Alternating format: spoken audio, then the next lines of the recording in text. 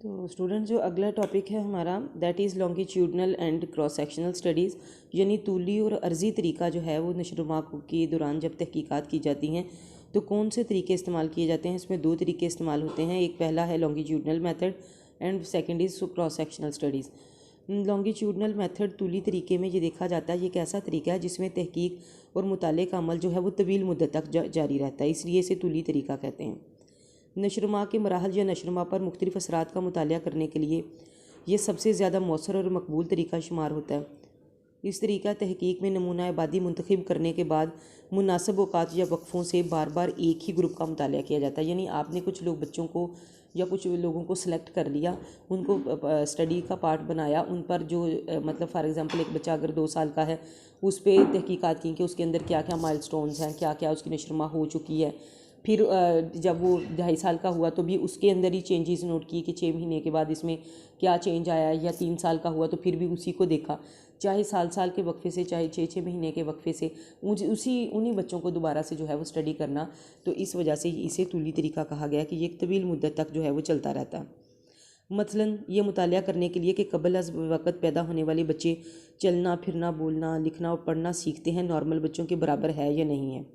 ऐसे बच्चों को दौरान बलोगत किन मसाइल का सामना करना पड़ता है, या ये देखना हो कि जिन बच्चों की माएँ किसी नफसियाती मर्ज़ का शिकार हों इन्हीं किन मसाइल से दो चार होना पड़ता है। तो तूली तरीका में नमूना आबादी मुंतखब करने के बाद इसका मुतालिया मुकर्रर वक़्त और मुकर्रर मुद्दत तक किया जाता है।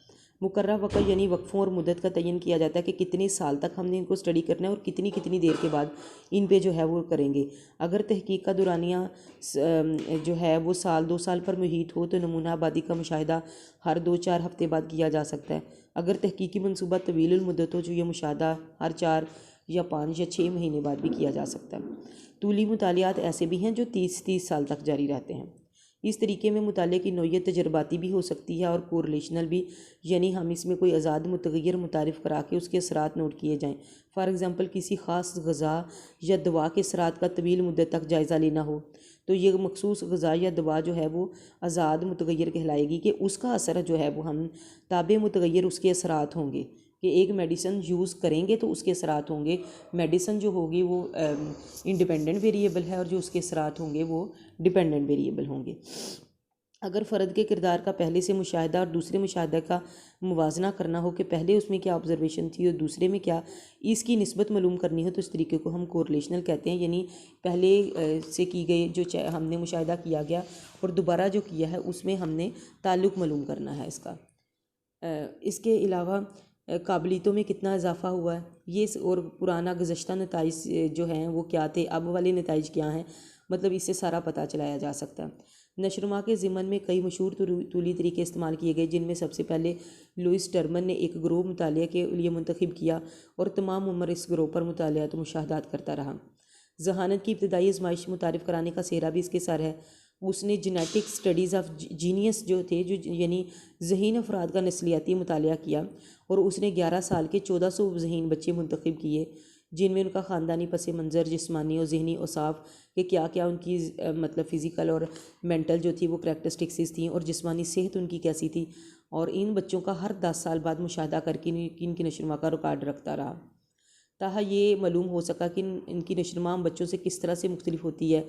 फ़तीन बच्चे, पहले ये ख्याल किया जाता था कि जो फ़तीन बच्चे कमज़ोर, बीमार और समाजी अदम मुताबिकत का शिकार होते हैं, लेकिन उसने वाज़े किया कि जो जो ये बच्चे बड़े होते चले जाते हैं ज़्यादा दौलतमंद, सेहतमंद, पेशा वराना मैदान में कामयाब और माशरे के आम अरकान की निस्बत ज़्यादा खुश होते हैं। तूली तरीक़ों की एक और नुमाया मिसाल क्लिनिकल साइकोलॉजी से मुतल्लिक़ हेस्टन का मुतालिया है, जो 1915 से लेकर 1964 तक जारी रहा और ऐसे बच्चों पर किया गया जिनकी माओं को शिज़ोफ्रेनिया का पेशेंट जो है वो करार दिया गया। तूली तरीक़ों में अमूमन 2 किस्म के सवालात होते हैं। पहली किस्म किरदार के इस्तेहकाम से मुतल्लिक़ है। अगर फ़र्द के मिजाज, रवैयों और अदात का जायज़ा लिया साल तक लिया जाए तो इसका मकसद किरदार का इस्तेहकाम का मुतालिया करना है। अच्छा, अब इसके जो थे वो फ़ायदे और नुकाइस क्या हैं। तो तूली तरीके के फ़ायदे जो इस पर किए गए, इस तरीके से हासिल होने वाली मालूमात को बहुत मुतबर होती हैं, इसलिए इनका तजर्बा, इनकी जो जनरलाइजेशन की जा सकती है, यानी इसको दूसरे लोगों पे अप्लाई किया जा सकता है। इस तरीका तहकीक में का मकसद और सूरत हाल जो होती है इसकी मुनासबत से मुताले का जो दौरानिया मुकर्रर किया गया है, इसके में ममूलों का किरदार जो है वो तसलसल से जांचा गया, यानी उन्हीं लोगों का किरदार जो है वो साल हर साल तक जो है वो स्टडी किया गया।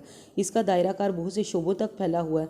नशोनुमा के अलावा तलीम, सनत और जहनी अमराज के हवाले से भी इसका इस्तेमाल किया जाता है। स्किज़ोफ्रेनिया में मुब्तला माओं के बच्चों पर इस तरीके से जो थी वो तहकीकात की गई।